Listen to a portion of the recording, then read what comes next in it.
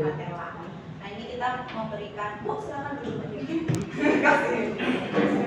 jadi kita kumpulkan pada tendon gitu ya, sebelumnya areanya kita gunakan dulu. Yang normal hasilnya, kalau normal dia tulisannya adalah positif 2. Itu agak berbeda nih ya sama pencatatan neurologis kita yang lain ya. Kalau positif 2 itu seolah cepat gitu ya. Tapi pada pemeriksaan refleks positif 2 adalah normal. Kalau 0 tidak berespon sama sekali. Tapi jangan cepat-cepat kasih nilai 0 ya Bapak Ibu. Kadang misalnya kita memeriksanya salah, misalnya ternyata pasiennya tidak rileks gitu ya. Jadi sehingga tidak tampak gitu refleksnya ya. Kemudian kalau misalnya dia ada masalah, dia bisa jadi hipotonus atau hipertonus ya. Kalau misalnya dia hiperaktif gitu ya, harusnya tuh misalnya pada otot brachialis cuma responnya segini, pada pasien ini tuh bisa sampai tinggi gitu ya. Berarti itu yang kita sebut dengan hiperaktif ya atau hiperrefleks gitu ya. Oke, ini saya rasa cukup ya. Nah, nanti Bapak Ibu akan menemukan model-model macam-macam ya.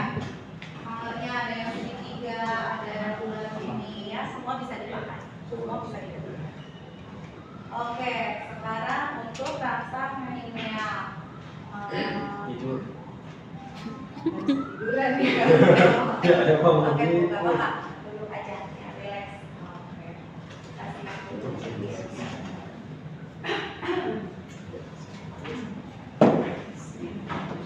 Brudzinski ya, pemeriksaan Brudzinski. Nah, pemeriksaan rasa meningat itu kita periksa pada pasien ketika kita curiga ada infeksi pada meningitis atau bisa juga encephalitis ya, meningitis, encephalitis atau ada infeksi pada spinal cord injury bisa ya. Jadi kalau ada cedera pada tulang belakang itu bisa aja iritasi, namanya iritasi tulang belakang, syaraf tulang belakang itu bisa juga kita temukan tanda-tanda ini. Yang pertama adalah tadi Brudzinska ya. Jadi Bapak Ibu mungkin sudah familiar sama namanya paku kuduk, sering meriksa kuduk ya. Jadi kalau pada paku kuduk ya, ini bayangkan posisi pasiennya berbaringnya. Ibu maaf ya Bu, nanti kita akan periksa, misalnya kita pegang dadanya ke apa maksudnya supaya dia nggak bergerak ya, jadi tetap kena tempat tidur gitu ya. Kemudian maaf ya Bu ya, kepalanya kita tekuk ya. Pada normal dia akan menyentuh, nggak ada masalah ya. Tapi pada pasien yang mungkin ada encephalitis atau meningitis, nanti dia nggak bisa nih, nggak bisa nempel, dia kaku gitu ya. Nah itu bisa saja hasilnya positif itu pada paku kuduk. Nah perbedaannya sama Brudzinski ini nanti ketika kita tekuk tadi, kalau dia kakinya menekuk, nah berarti hasilnya adalah positif ya. Normalnya tidak, normalnya kakinya nggak ikut menekuk gitu ya. Tapi kalau misalnya pada pemeriksaan Brudzinski ada yang menekuk, berarti kemungkinan ada infeksi pada meningitis otak ya. Kemudian turning size. Gak ada suaranya Mas Anto. Mas Anto. Gak ada suara. Enggak suara. Iya. Tidak di. Iya.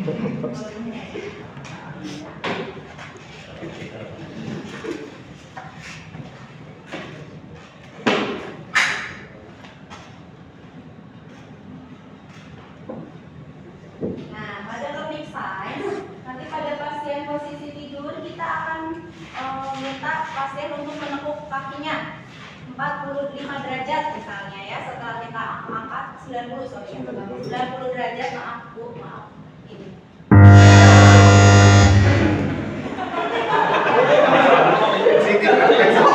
Mas Antoni. Kirain ibunya ada begini.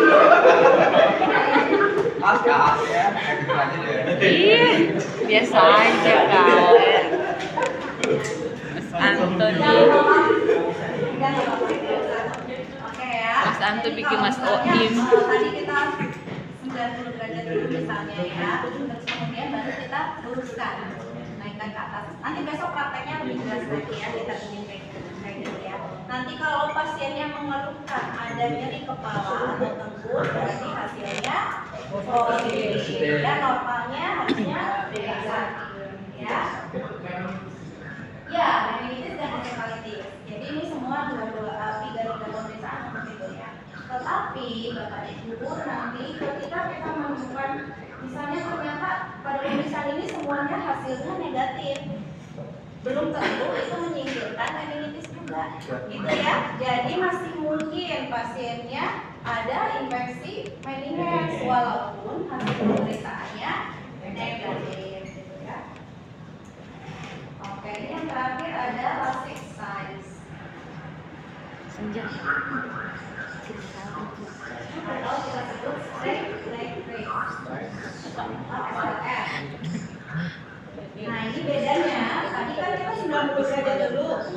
Nah, kalau ini kita langsung ya, langsung 45 derajat garis lurus. Nanti kalau pasien mengeluhkan ada nyeri di belakang, di sepanjang tulang belakang ya, berarti kemungkinan pasien ini positif atau ada ischiatic radiculopathy ya.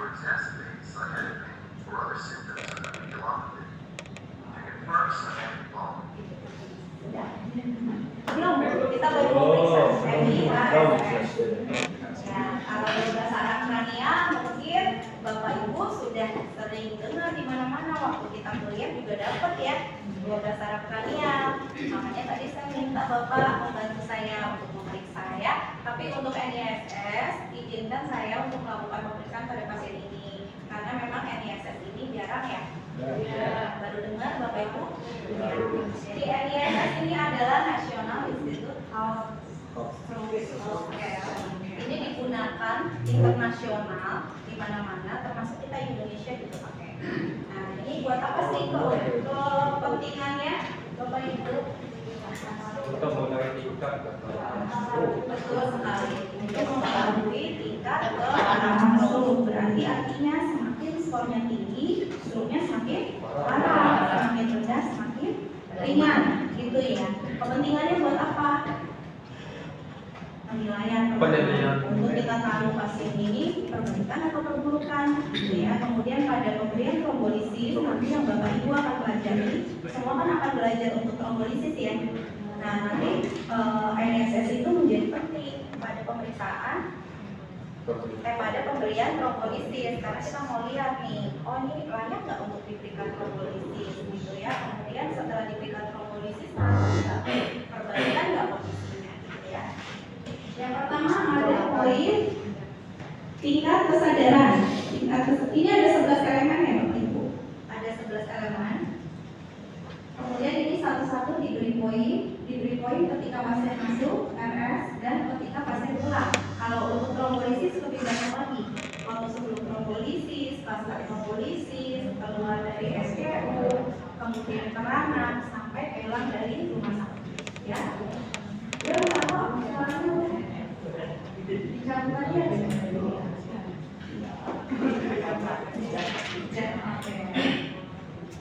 Tingkat kesadaran ada A, B, C. Artinya Bapak Ibu, pasien itu dikatakan sadar penuh ketika dia berespon pertama.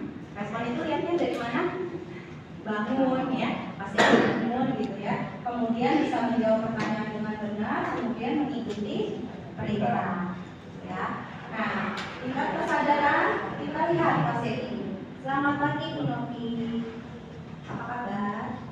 Baik Bu. Ada yang sakit? Ada yang kesel? Sering.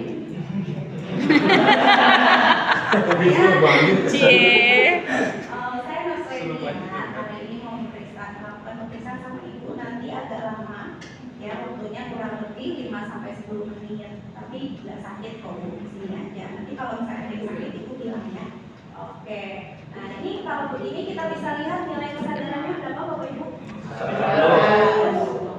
Kompos mentis 15, kompos mentis. Ya. Kalau pada poin NIHSS dapat berapa? Karena semakin baik, skornya semakin kecil. Jadi nilainya 0 karena pasiennya sadar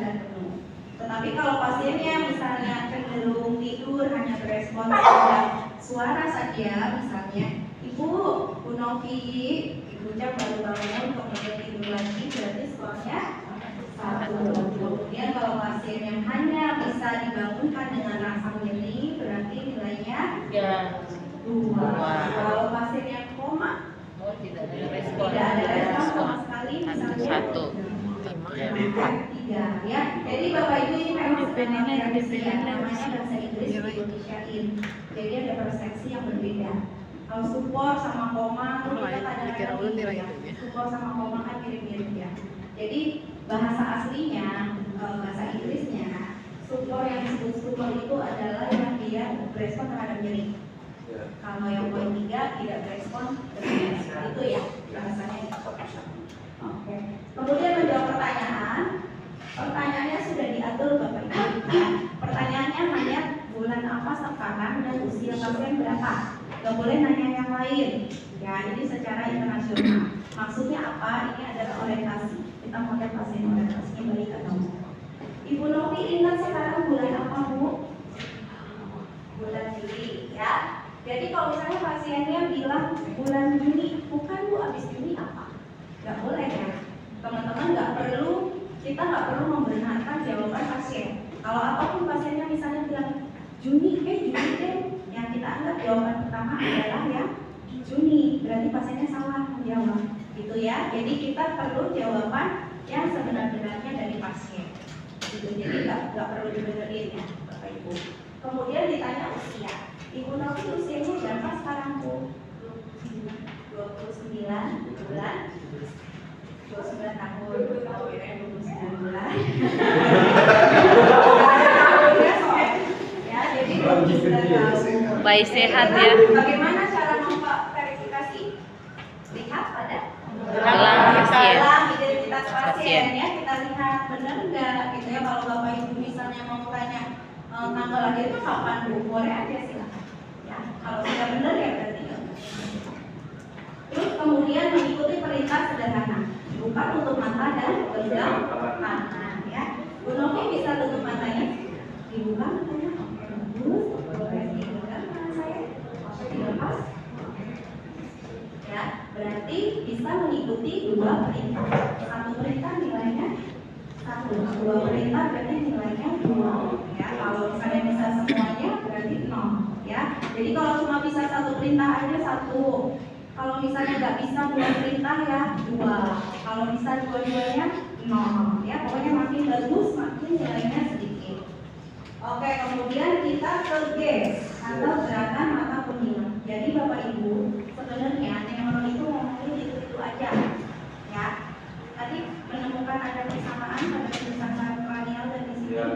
Ya, jadi sebenarnya pemeriksaan itu aja. Kesadaran, mata, motorik gitu ya, terus bahasa, cara, tata pandang. Nanti yang kita periksa pun sama, cuma cara pemeriksaannya yang berbeda. Ya. Kemudian kita periksa gerakan bola mata. Ibu boleh lihat ke depan. Ya. Ikuti telunjuk saya dengan bola matanya ya. Oke, bagus. Ya. Bagus. Ya, kalau misalnya nanti Bapak Ibu melihat pada pasien neuro atau saraf ini ada yang satu tertinggal gitu ya, atau kita sebutnya Pak Jereng. Misalnya ketinggalan 1, itu disebut dengan deviasi konjugat. Kalau pada salah satu mata ada yang ketinggalan tapi dia masih bisa bergerak, nilainya 1. Tapi kalau dia deviasi total atau deviasinya terfiksasi kuat, benar-benar nggak bergerak di bawah aja, udah di situ aja, berarti nilainya 2, walaupun terjadi pada salah satu mata saja, gitu ya. Kemudian ada visual. Nah, visual ini sama tadi periksanya, konfrontasi, ya, atau smeller boleh. Tapi kita jarang sih kita pernah pakai smeller ya. Kita butuh yang cepat gitu ya. Kalau itu tromolisis, jadi kita pakainya konfrontasi. Jadi selain tadi dengan konfrontasi, Bapak Ibu bisa menggunakan benda yang warnanya cerah. Misalnya pulpen yang merah nih badannya atau hijau gitu ya. Ibu boleh ditutup matanya sudah sedikit. Ya. Nanti kalau sudah lihat benda ini hilang ya, kita bawa sampai pasiennya bisa.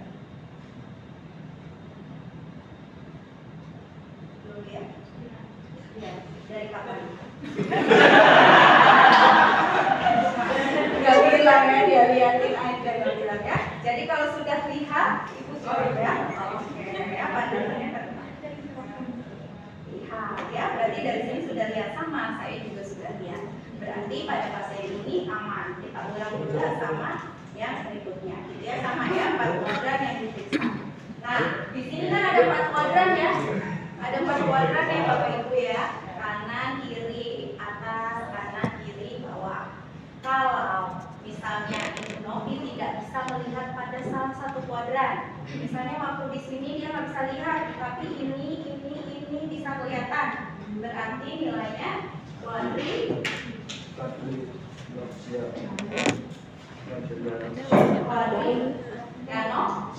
Siap. ya. Tapi kalau misalnya dia satu sisi, misalnya kanan aja, atas bawah nggak kelihatan, berarti hemianopia total. Nah, Bapak Ibu nggak ada yang pegang NISS ya? Tapi bisa lihat itu deh di Google banyak. Sama kok, sama semua ya. Jadi kalau dia yang nggak bisa melihat yang dua kanan dan kiri, berarti dia namanya hemianopia total.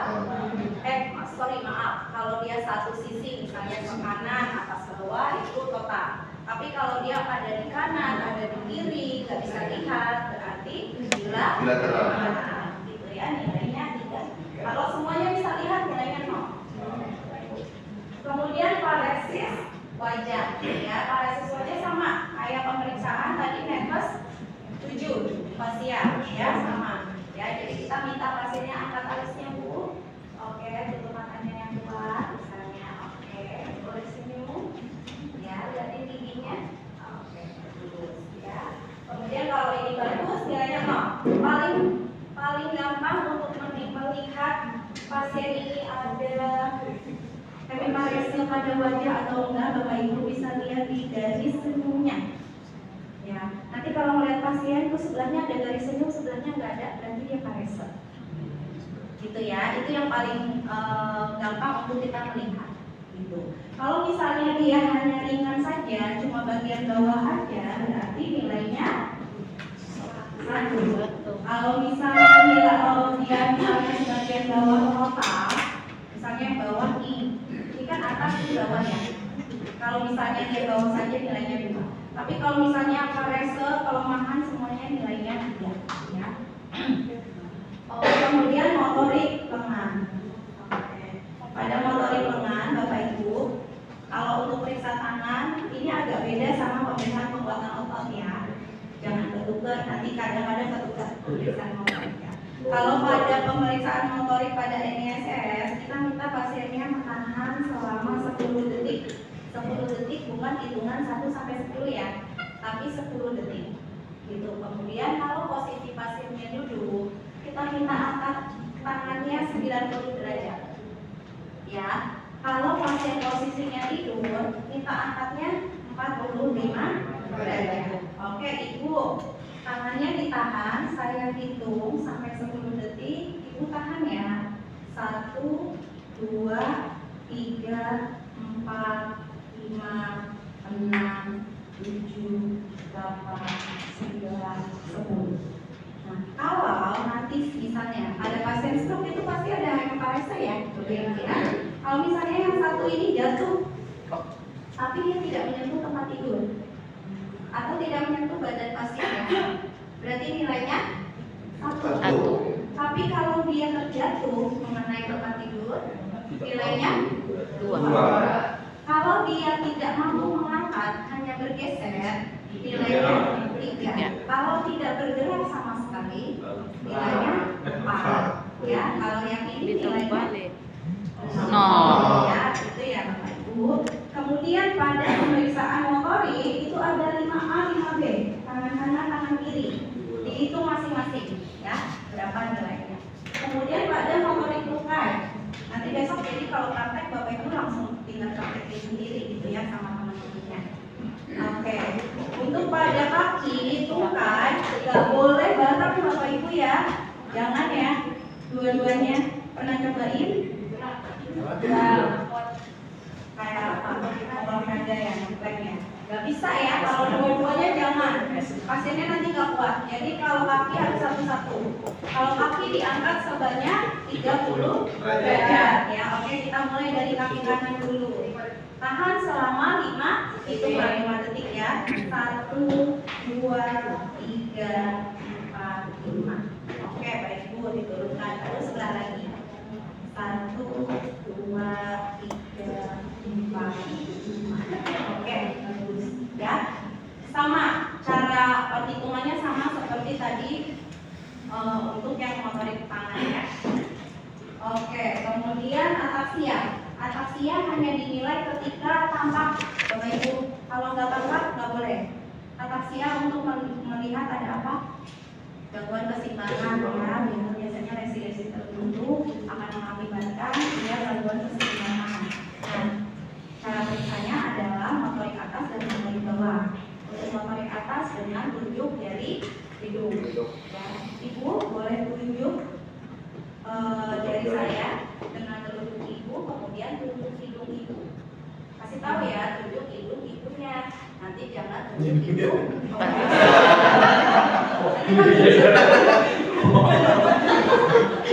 Jadi kuts-kuts kita ini. Bagus ya, berarti hasilnya normal. Boleh coba lagi tangan yang sebelahnya Bu. Tapi kalau ada parese Bapak Ibu, ini nggak akan bisa. Jadi jangan diminta ya. Pasti nanti hasilnya jadinya positif. Nggak boleh ya. Kalau dia ada parese tidak usah.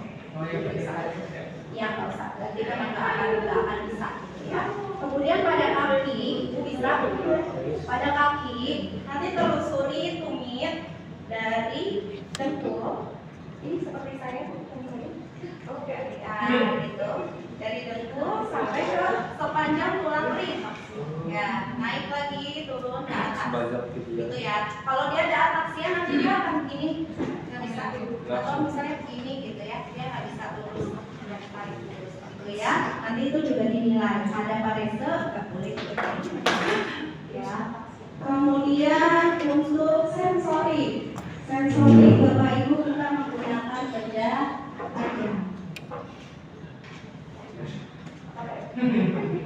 Gak usah suruh merembak ya, kita rasain dulu ya. Oke, Ibu, saya nanti akan kasih sensasi rasa nih ya, pakai jarum, tapi nggak sakit kok. Nanti kalau terasa gimana ya? Rasa,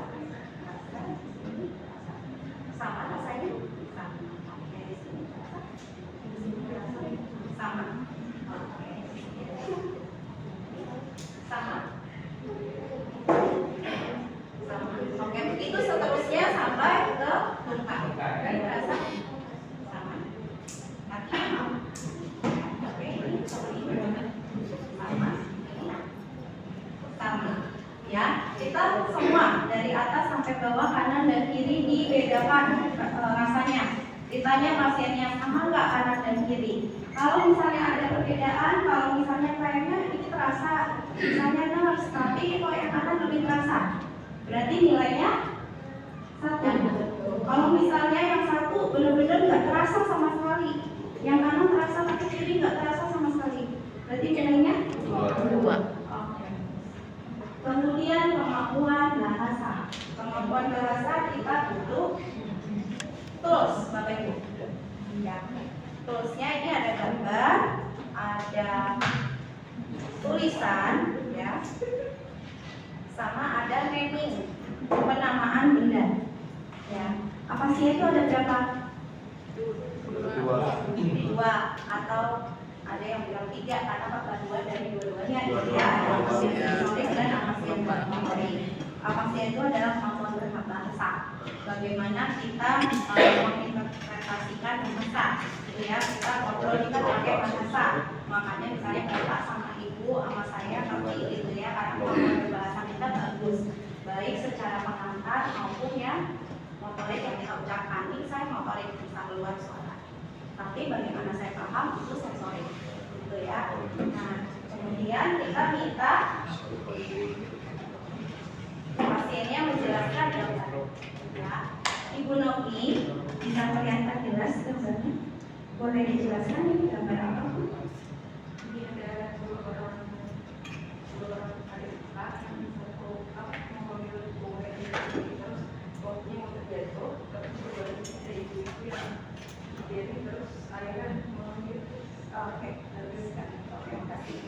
Ya, yang kita nilai apa Bapak Ibu? Yang kita nilai adalah kemampuan pasien menginterpretasikan gambar.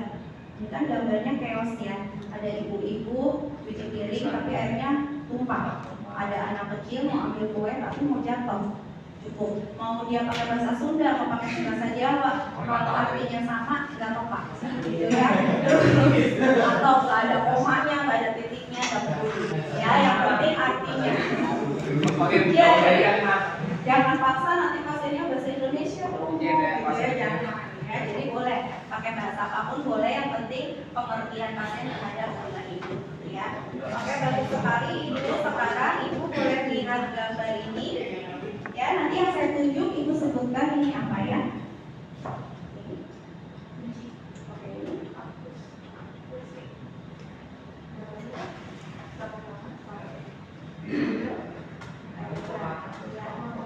Oke, bagus sekali. Ya, kalau misalnya dari gambar-gambar ini pasiennya paham misalnya, berarti hasilnya normal ya. Tapi kalau dia nggak pernah melihat ayunan gitu, seumur hidupnya apaan ini gambar, ya udah ditanya, "Bu, tahu ayunan nggak?"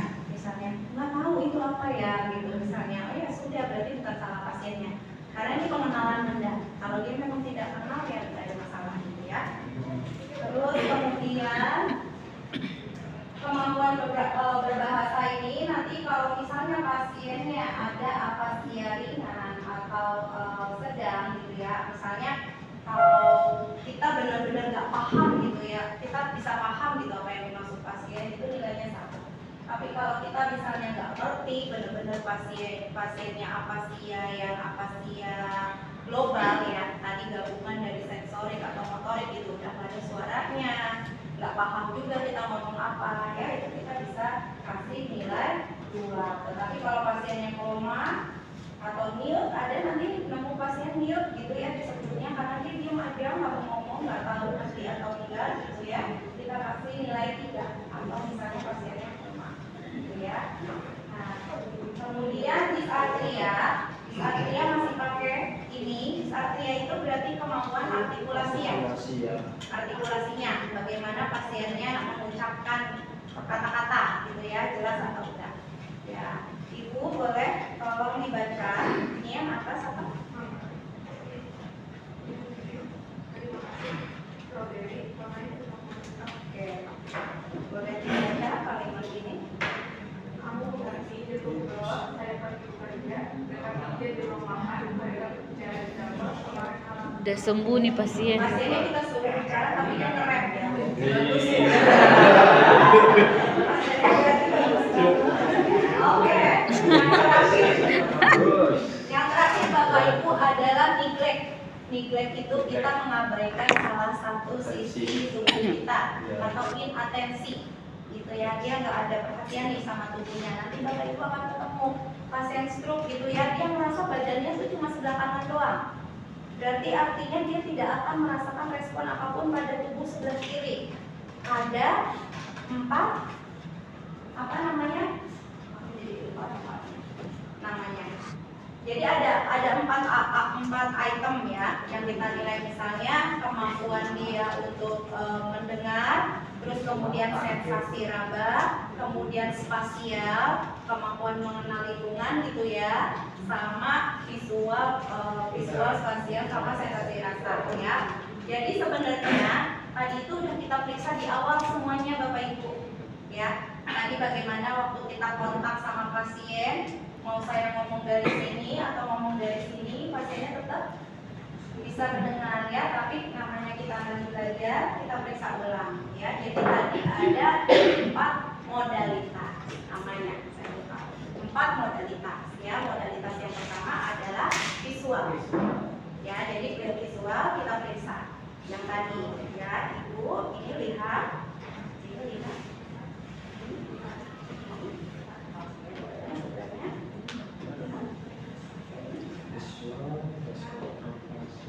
Oke, ya berarti ini bagus pada modalitas visual, bagus ya. Kemudian pada modalitas apa lagi tadi? tadi? Taktil. Taktil pada pemeriksaan sensasi tadi ya, sensorik ya. Ibu sini terasa, ini terasa, sama rasanya, sama. Ini sama ini sama rasanya, begitu ya, sama gitu ya, semua sampai kaki, sama rasanya. Kemudian yang ketiga pada modalitas apa? Auditori. Jelas ibunya bisa mendengar tadi saya ngomong karena bisa mengikuti perintah. Berarti pada auditori tidak ada masalah. Kemudian spasial, ya spasial kita berpindah-pindah, pasiennya berespon. Ya saya ke sini, Ibu Novi ikutin, ngeliatin ya. Saya ke sini, Ibu Novi ngeliatin, gitu ya. Berarti pada pasien ini tidak ada neglect, ya. Kalau nanti pasien yang neglectnya total atau berat, gitu ya, nanti dia nggak mau tuh nengok ke sana. Jadi kalau saya ngomong dari sini, Ibu Novi, dia nggak dengar. Tapi saya pindah, Bu Novi, ya bisa jawab. Itu ya, nanti teman-teman mungkin akan ketemu sama pasien-pasien yang mengalami neglect. Untuk NSS besok kita praktek lagi ya. Oke. Kemudian ini, Bu, silakan duduk kembali, tepuk tangan Bu Novi. Luar biasa, hebat. Oke, terima kasih. Belum lagi satu. Lagi satu. Udah, ini sekedar pengetahuan aja, Bapak Ibu. Ini adalah MRS ya atau Modified Ranking Score. Ini kita gunakan untuk menilai tingkat ketergantungan pasien. Biasanya pasca stroke, misalnya pasien habis stroke, ada stroke berulang lagi, datang ke rumah sakit, kita harus tahu dulu nih modalnya berapa gitu ya. Skornya ada 0 sampai 6. Kalau 6 meninggal, kalau 0 seperti kita normal bisa kerja gitu ya. Kalau misalnya di antaranya berarti misalnya nilainya skornya 5, pasien ini adalah pasien yang bedridden. Semua ketergantungannya kebutuhannya dipenuhi oleh keluarga atau asisten gitu ya. Ini untuk apa? Untuk trombolisis juga penting. Misalnya pasien datang stroke berulang tapi dia skornya 5, masih worth it nggak untuk kita lakukan? Masih? Pasien bedridden kita berikan trombolisis. Nah, targetnya apa? Sementara trombolisis ada resiko komplikasi terjadi perdarahan gitu ya. Jadi ini penting nanti untuk diperiksa pada pasien-pasien pasca stroke. Ya Bapak Ibu, saya rasa itu saja yang bisa saya jelaskan. Besok kita ketemu lagi praktek mati. Ya udah ya nggak apa-apa. Nggak apa-apa. Ini sama yang kaki, apakah itu berbeda? Sama kaki itu, kalau salah satu mungkin tidak bisa. Oke. Jadi